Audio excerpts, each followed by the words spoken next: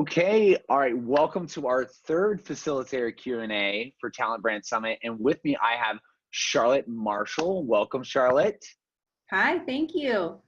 Awesome. So give us just a quick snapshot of who you are, what do you do, what title, where do you work, that kind of stuff. Absolutely. So my name is Charlotte Marshall, and I've met so many of you on the conference scene over the last couple of years. But for those of you who I haven't met, I'm currently working for Magellan Health as a Vice President of Digital and Social Media and Employer Brand. Been with the company for a little over 12 months, but I've been lucky enough to build 5 different employer brands over the last 15 years, always working on the corporate side. Awesome. I'm excited to hear about that. Like, tell us a little bit about your path, your journey into employer branding. How did you get into this crazy little niche world that we're in? I entered via the employee communication side of things. So I had a marketing background, but not the recruitment side. And like everybody, I just sort of learned on the job as we went.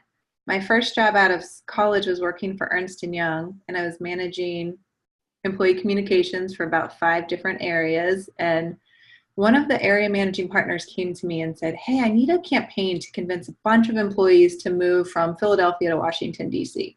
And it was a pretty tough sell because it was higher cost of living, more congestion and traffic, no more money. And it was sort of my first project, well, not employer brand, but the first sort of recruitment campaign, if you will, to get a bunch of people to do something based on purpose or something bigger than just compensation.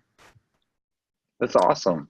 That's great. And so, I mean, what kind of attracted you to employer brand? What is it about employer branding that gets you excited to wake up every morning? Well, I always loved the communications from the employee side and working on engagement and the things that help retain.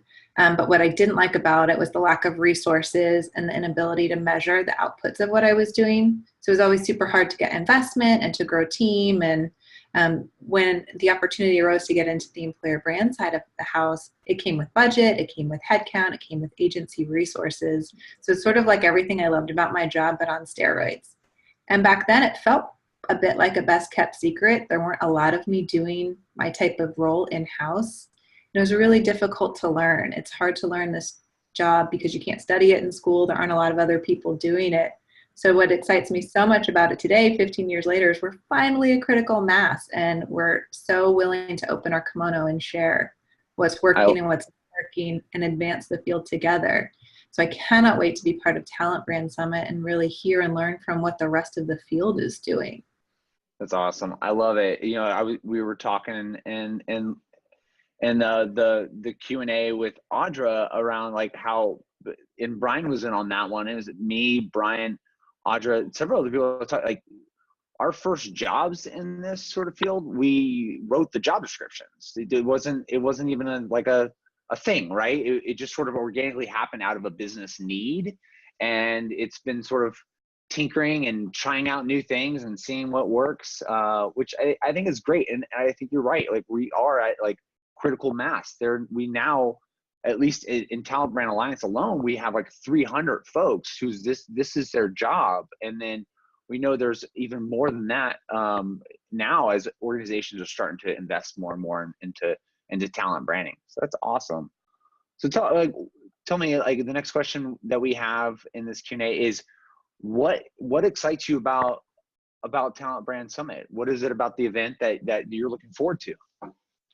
It's really celebrating that we're critical mass. That's so huge for me. It's been such a hard thing to experience when you're in this job and you're doing it by yourself and you don't have all those people to turn to.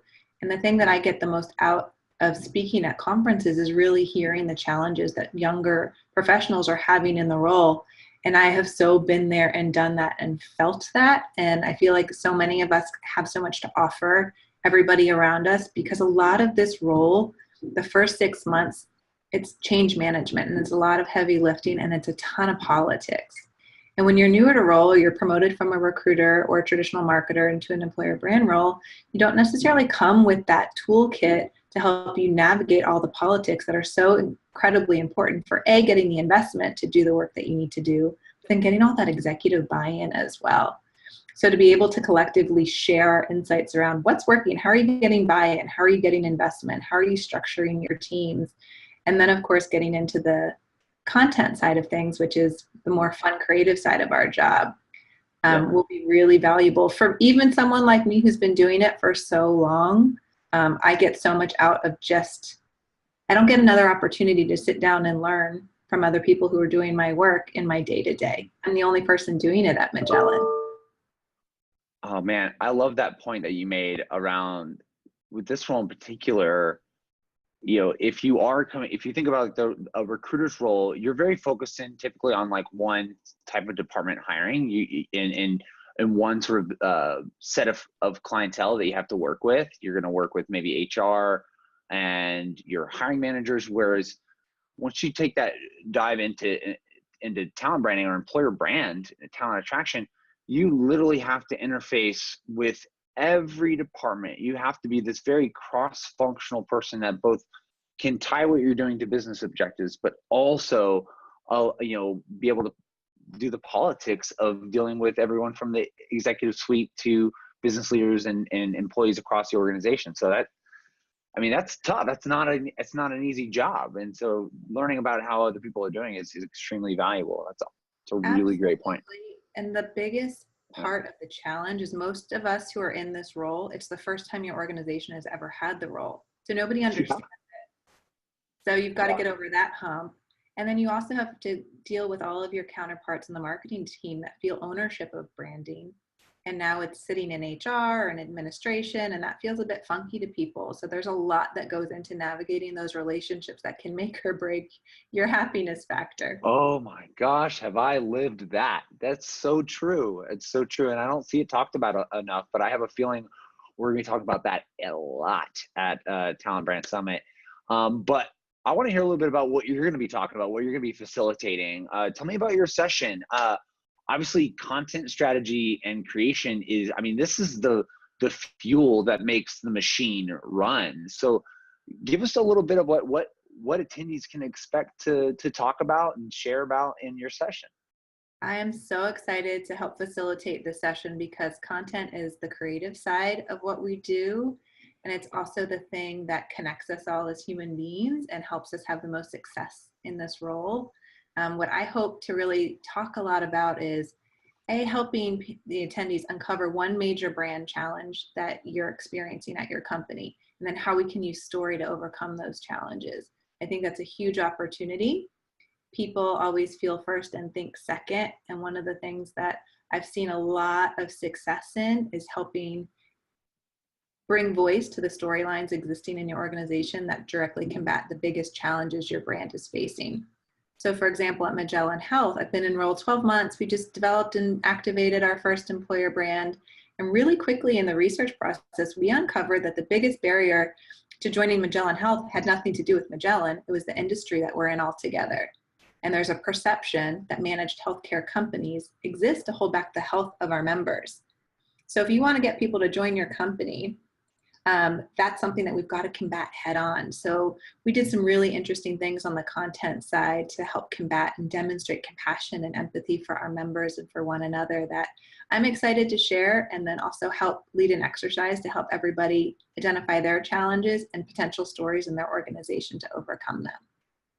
I love that, and I've kind of looked at it the same way, but never articulated it as well as you just did, right? Like being able to combat some of the brand challenges that you have as a company through great storytelling. And I think that's brilliant, because I know when I was working with GoDaddy, when I first started my firm, they had this challenge, right? They've done all these Super Bowl ads, and people had sort of a perception of them, based on those ads. And our whole goal was to actually know, like, they have a great culture. It's very inclusive. There's gender parity. Like, we had to tell those stories so people see like the brand, the consumer brand they put out to raise awareness of the brand, and it worked, is different than what their employer brand is and who they are as an employer and what their mission now is. And I think you can't do that without great content, without great storytelling. So I'm super excited about your session. And just to give people who are watching this know, like, this isn't just going to be Charlotte up there talking, right? This is going to be a facilitated discussion. We have people from a lot of different companies, Whole Foods, gosh, we have some folks from several other companies. I don't have the list in front of me that are already signed up and coming, and you get to learn from them as well. Charlotte, thanks so much. Anything else that you want to let people know about or that you're excited about with the event? You know, the last part for the session that I'm thinking will be really useful for people is a bit of a refresher on EVP. In my experience, using your EVP to really dictate and guide the type of content you create is another key to success.